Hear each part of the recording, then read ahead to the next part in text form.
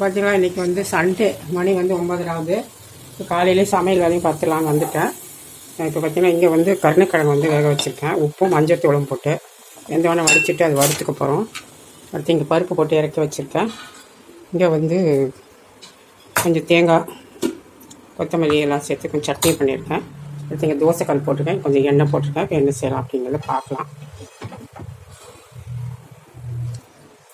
இங்கே வந்து எண்ணெயில் வந்து இதை ஊற்றிக்கலாம். நல்லா காஞ்சிடுச்சு.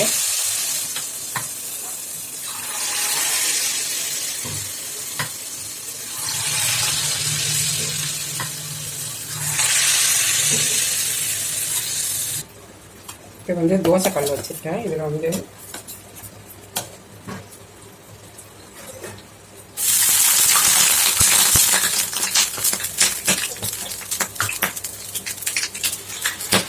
சின்ன அந்த மாதிரி ஊத்தப்பம் ஊற்றிக்கலாம். மீனி ஊத்தப்பம்.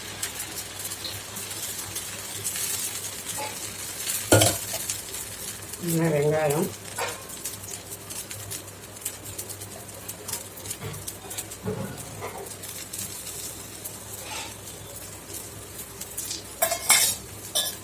எண்ணெய் ஊற்றிக்கலாம். மூடி போட்டுக்கலாம். ஓப்பன் பண்ணிட்டேன்.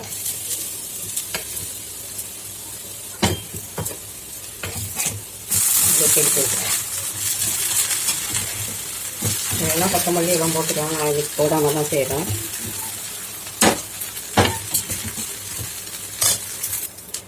இந்த நெய் ஒட்டு பக்கம் எடுத்துடலாம். ரெடி ஆகிடுச்சு. இங்கே வந்து மினி ஊத்தப்பமும் நம்ம வந்து அப்பமும் ரெடி ஆகிடுச்சு. இப்போ வந்து சட்னி எடுத்து வச்சுக்கலாம். இங்கே வந்து கொத்தமல்லி சட்னி, தேங்காய் கொத்தமல்லி எல்லாம் வச்சு இந்த சட்னி ரெடி ஆகிடுச்சு.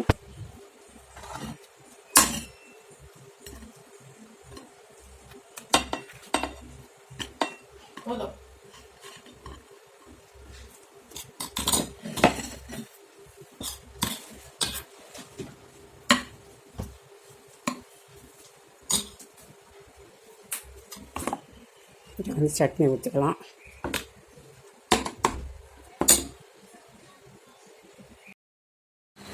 நம்மளோட அப்பம் சாப்பிட்டு பார்க்கலாம். இது வந்து நம்ம எண்ணெயில் போட்டிருக்கோம். இன்றைக்கி முன்னாடி நம்ம குழிப்பணியார கல்லில் ஊற்றணும். இன்றைக்கி வந்து எண்ணெயில் போட்டிருக்கோம். கொஞ்சம் மாவு தண்ணியாக இருந்து கொஞ்சம் அரிசி மாவு 2-3 ஸ்பூன் போட்டு மிக்ஸ் பண்ணிட்டேன். அதனால் எண்ணெயில் தனியாக ஊற்றினீங்கன்னா எண்ணெய் கொத்துக்கும். மைல்டான ஒரு எண்ணெய் போட்டு நல்லாயிருக்கும். இது பார்த்திங்கன்னா மினி ஊத்தப்பம். வெறும் வெங்காயம் தான் போட்டுருக்கோம். நல்லாயிருக்கு. சட்னி தொட்டு சாப்பிட்லாம்.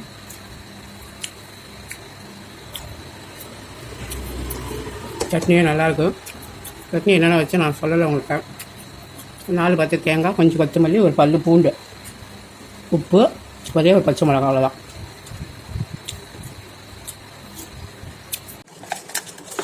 ஃப்ரெண்ட்ஸ், இப்போ நம்ம வந்து இந்த வால் ஒர்க் வாங்கணும் இல்லையா, அதை வந்து ஒட்டி பார்க்கலாம். எனக்கு டைமே இல்லை. ஒன்று எடுத்து ஒட்டி பார்க்கலாம். எங்கள் வீட்டில் அதாவது வந்து இது டைல்ஸில் உட்டில் தான் ஒட்டணும். எங்கேயுமே இடம் இல்லை. எல்லா இடத்துலையும் ஆணி ஏரியெல்லாம் இருக்குது. அதனால் இந்த ஒரு ஸ்பேஸ் தான் கொஞ்சம் இருக்குது. இது நல்லா சோப் வாட்டர் போட்டு நல்லா தொடச்சி எடுத்துட்டேன். அதுக்கப்புறம் தான் நம்ம ஒட்டணும். இதை வந்து இந்த பின்னால் உள்ள ஸ்டிக்கரை நம்ம மெதுவாக உரிச்சு எடுத்துக்கலாம். உரிச்சு எடுத்துருக்காட்டு பாருங்கள், இந்த மாதிரி இருக்குது. இது பின்னாடி அவ்வளோதான். இப்படியே உரிச்சு ஒரு நிமிஷம். இந்த விதை வந்து நம்ம வந்து முதல்ல இதை எடுத்துடலாம். அப்புறம் தான் அதை வச்சு திருவணும். நம்ம மாட்டிட்டு இந்த ஸ்க்ரூவை கழட்டிட்டு இப்போ இதை உரிச்சு எடுத்துடுவோம். இப்போ அப்படியே எடுத்து ஒட்டி பார்க்கலாம் என்ன அழகாக வருது அப்படின்னு. இந்த அளவுக்கு போதும்னு நினைக்கிறேன். இந்த ஒட்டிடுவோமா? அவ்வளோதான். தெரியுதா பாருங்க, நான் ஒட்டி இருக்குது. ஆனால் அது சொல்லியிருக்காங்க ஒட்டி கொஞ்சம் நேரம் ஆகணும், அப்புறமா மாட்டணும் அப்படின்னு. நல்லா அப்படி ப்ரெஸ் பண்ணி தேய்ச்சி விட்டுட்டு பரவாயில்ல, நல்லா ஸ்ட்ராங்காக தான் இருக்குமா. நான் வந்து கொஞ்சம் இதை பார்த்து ஒட்டுறதுக்கு பண்ணாமல் இப்படி ஒட்டி விட்டுட்டேன் கொஞ்சம் மேலுக்கு. சரி, ஓகே. இப்போ வந்து இந்த ஸ்க்ரூ தான் வந்து பார்த்திங்கன்னா ரொம்பவே சின்னதாக இருக்குது. தெரியுதா பாருங்கள்.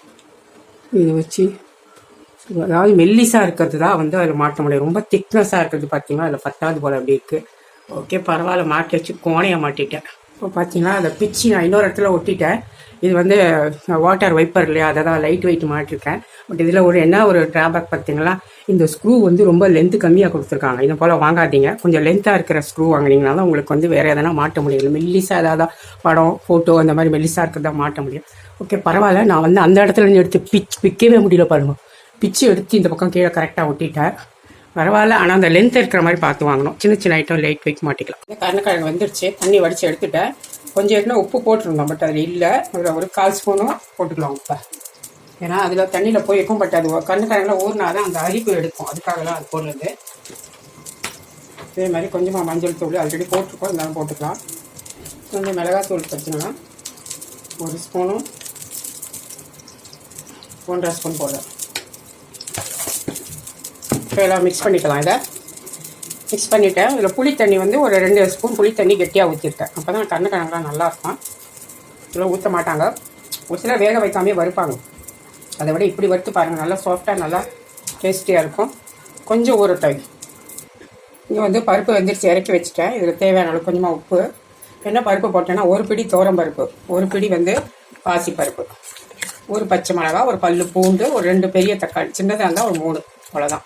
அது போட்டு நல்லா கொஞ்சம் விளக்கெண்ணெய் விட்டு மஞ்சள் தூளை சேர்த்து வேக வச்சுட்டேன். அவ்வளோதான். இப்படியே கடைஞ்சி விட்டுட்டு தாளிச்சிக்கலாம். இது வந்து 1 கரண்டி பருப்பு எடுத்து வச்சுக்கிட்டேன். இது எதுக்குன்னா ரசம் வைக்கிறதுக்காக. மீதிய பருப்பு தாளிச்சு விட்டுக்கலாம். இந்த பருப்புக்கு 1 ஸ்பூன் எண்ணெயும் நெய் வந்து ஒரு 1/2 ஸ்பூன் போட்டுக்கலாம். போட்டால் நல்லாயிருக்கும். பருப்பு தாளிக்கிறப்போ அப்படி நெய் விட்டு தாளிச்சிங்கன்னா ரொம்ப டேஸ்ட்டாக இருக்கும். ஆல்ரெடி சீரகம் வந்து பருப்பில் வேக வச்சுருக்கோம். 1/4 ஸ்பூன் போட்டு, இருந்தாலும் ஒரு 1/4 ஸ்பூன் சீரகம், கடுகு, உளுத்தம்பருப்பு, வெங்காயம் கொஞ்சம் போட்டுக்கலாம். பருப்பில் நான் போடலை, சில சமயம் பொங்கி வந்துடும். அதனால் நான் இதில் சேர்த்துக்கிறேன். ஒரு பொரியட்டும். அவ்வளோதான். இந்த சேர்த்துருவாங்க. கடைஞ்சதை தாளிச்சதை கருவேப்பிலை போட்டாங்க.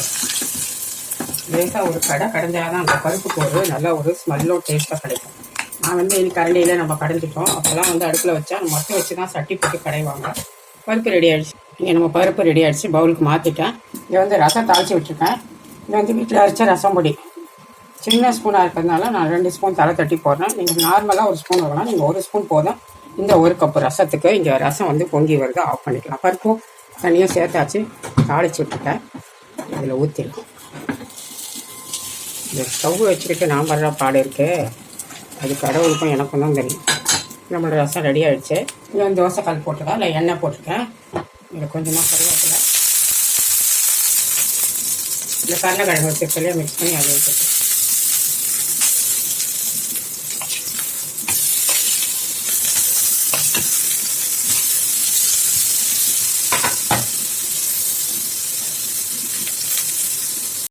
இதை போட்டாச்சு. மூடி வச்சு வறுக்கலாம். அப்போ தான் வெளியிலலாம் படாது.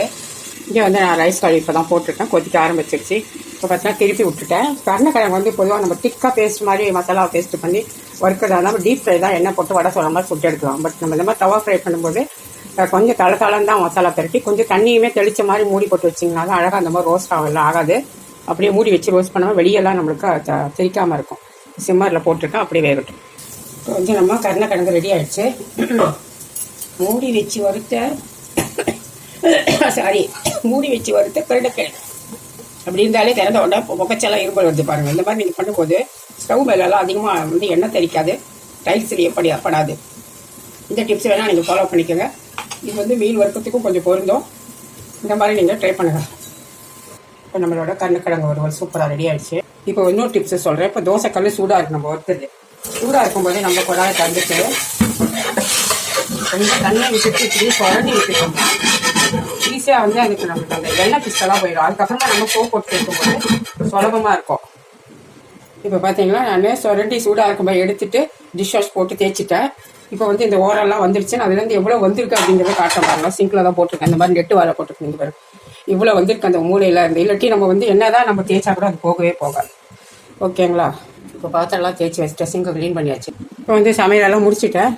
சாதம் வந்து இப்போ வாமருக்கு போகுது. ஒயிட் ரைஸு அடுத்து இங்கே நல்லா நெய்யெல்லாம் விட்டு பருப்பு கடைஞ்சி வச்சுருக்கேன். 2 வித பருப்பு சேர்த்து கடைஞ்சிருக்கோம். இங்கே நல்லா ஒரு பொடி பருப்பு ரசம் வச்சுருக்கேன். இங்கே கருணக்கிழங்கு வறுவல் பண்ணியிருக்கோம். அடுத்து இங்கே வந்து அப்பம் கொஞ்சம் பண்ண அது இருக்குது. வீட்டில் ஒரு வத்தினா தயிர் இருக்குது. அதுக்கடுத்து இங்கே மாம்பழம் இவ்வளோ தான் தேர்ச்சி எங்கள் வீட்டில். மீதியெல்லாம் சொத்தை என் பையன் வாங்கிட்டு வந்தானே இப்படி தான் இருக்கும். சரி, ஓகே. இதான் லஞ்சு. இது போகிறாதா? நான் ஒரு ஆளுக்கு தான் இது சாப்பிட போதே 2 பேர் சாப்பாடு வேறு இறக்கடை. இதுவே அதிகம் இருக்குது. அதுக்கு தான் நான் வேறு எதுவுமே இன்றைக்கி அமாவாசையாக இருந்து கூட நான் எதுவும் செய்யாததுக்கு காரணம் இதுதான். துவையல் பண்ணலாம்லாம் இருந்தேன். எனக்கு சாப்பிட முடியாது, வேஸ்ட் ஆகிடும். இதான் லஞ்சு. சாப்பிட்டு பார்த்து அப்புறம் சொல்கிறேன். இப்போ டைம் வந்து 10:45 ஆகுது. எல்லாத்தையும் முடிச்சாச்சு. காக்காக்கும் சாப்பாடு கொண்டு போய் வச்சுட்டா முடிஞ்சிச்சு. அவ்வளோ இப்போ வந்து நம்ம சாப்பாடு வச்சுக்கலாம். ஒரு பவுல் எப்பவும் போல். இது வந்து கருணக்கிழங்கு, இது வந்து பருப்பு, ரசம், எடுத்தீங்க தயிர். அவ்வளோதான். இதுதான் சாப்பாடு. இன்றைக்கி போய் சாப்பிட்டு பார்த்துட்டு எப்படி இருக்குது அப்படின்னு சொல்கிறேன். இப்போ பருப்பு சாதம் பிசைஞ்சு சாப்பிட்லாம். நம்ம வந்து ஆல்ரெடி நம்ம நெய் போட்டு தாளிச்சிருக்கோம். அதனால் நெய் தேவையில்லை. அதுக்கு தான் நெய் ஃபஸ்ட்டே போட்டு தாளிச்சு நல்லாயிருக்கும். இன்றைக்கி வந்து 2 பருப்பும் சேர்த்து நம்ம பண்ணியிருக்கோம். எப்படி இருக்குது அப்படி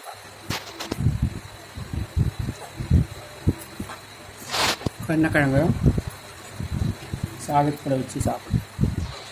அப்படியே மீதி இருக்க சாதத்தில் தயிர் ஊற்றிட்டேன். ரசமாக சாப்பிட்டுட்டேன். அந்த சாதத்திலேயே மீதி இவ்வளோ தான் இருக்குது. கொஞ்சோண்டு தான் போட்டு வந்தேன். இவ்வளோ சாதம். அவ்வளோதான் இதை வச்சு சாப்பிட்டுடுவோம்.